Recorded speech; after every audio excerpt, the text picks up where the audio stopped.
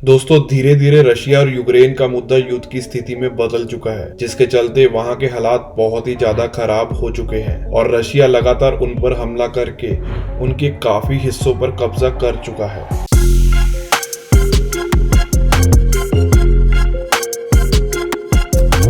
Russia और Ukraine के बीच युद्ध की संभावना काफी देर से बढ़ रही है और नवंबर 2021 में रशिया ने यूक्रेन के साथ लगने वाली सीमा पर लगभग 1.5 लाख सैनिक लगा दिए थे। और यही नहीं, ब्लैक सी में रशिया ने अपने युद्ध विमान लोडेड मिसाइल के साथ खड़े कर दिए थे और इसे चारों तरफ से घेरना शुरू कर दिया था।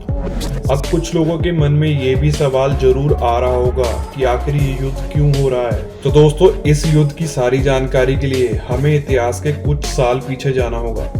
दोस्तों, 1991 में जब सोवियत यूनियन टूट गया था तो उसमें से 15 नए देश निकले थे, जिनमें से एक यूक्रेन भी था।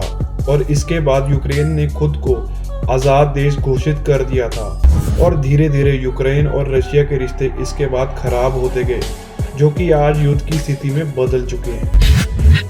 दोस्तों, ये जंग की असल वजह ये है कि यूक्रेन हमेशा से खुद को आजाद देश मानता था और वो नहीं चाहता था कि उस पर कोई कभी हुकूमत करे।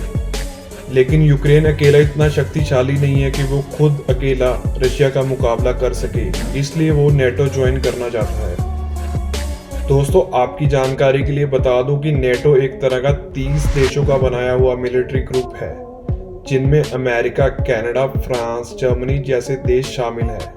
और इस ग्रुप में शामिल होने का मतलब है कि आप एक इसका ऐसा हिस्सा बन जाओगे कि अगर आप पर कल को कोई दूसरा देश अटैक करता है तो वो इन सब देशों पर माना जाएगा, जिससे कि रशिया आने वाले समय में अगर इन पड़ोसी देशों पर हमला करना चाहे तो उसे 100 बार सोचना पड़े।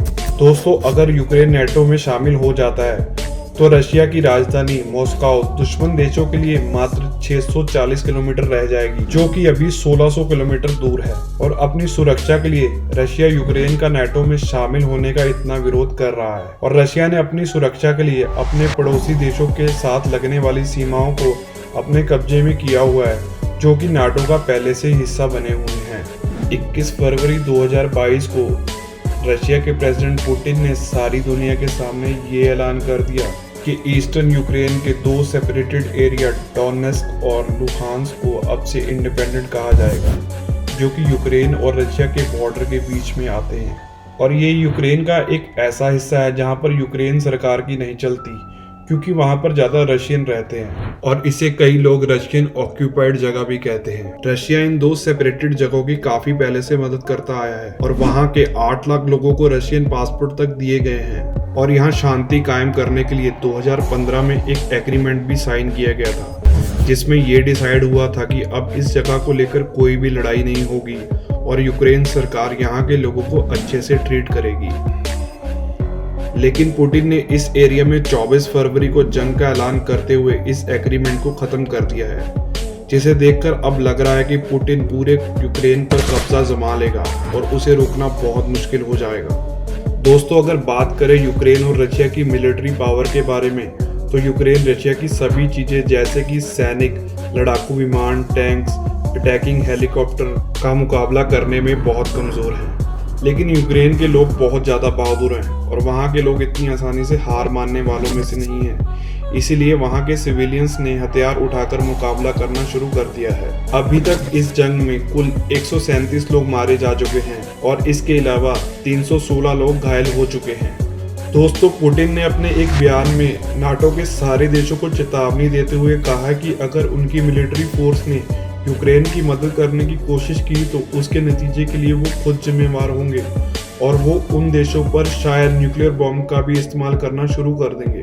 इसका जवाब देते हुए अमेरिका, कनाडा, जापान, यूके और कई देशों ने फिलहाल इकोनॉमिकल सैंक्शन का हमला करते हुए रशिया के साथ काफी सारे डील्स पर रोक लगा दी है, जिसका उनका सीधे उनके पैसे पर असर पड़ेगा, जो कि शायद जंग रोकने में मदद करेगा। चाइना ने इस जंग में रशिया को अपना पूरा समर्थन दिया है। वहीं भारत इस मुद्दे पर न्यूट्रल रहकर ना तो इसके हक में है ना ही इसके खिलाफ है। लेकिन अपने लोगों को इस जगह से निकालने के लिए भारत काफी रेस्क्यू ऑपरेशन चला रहा है, जिसमें कोशिश रहेगी कि सभी भारतीयों को भारत सुरक्षित लेकर आया जा सके। दोस्तों, अगर सभी देश इसी तरह हाथ पर हाथ रख के सिचुएशन को देखते रहे तो हो सकता है आने वाले समय में रशिया और देशों पर ऐसे ही अपना हक जमा लेगा और शायद धीरे धीरे सारी दुनिया पर अपनी हुकूमत करना भी शुरू कर दे। तो दोस्तों, आप सब लोगों की इस जंग को लेकर क्या राय है, नीचे दिए कमेंट सेक्शन में जरूर बताएं और ऐसी जानकारी से भरपूर वीडियोस को देखने के लिए हमारे चैनल को जरूर सब्सक्राइब कर लें और बेल आइकन को जरूर दबा दें। धन्यवाद।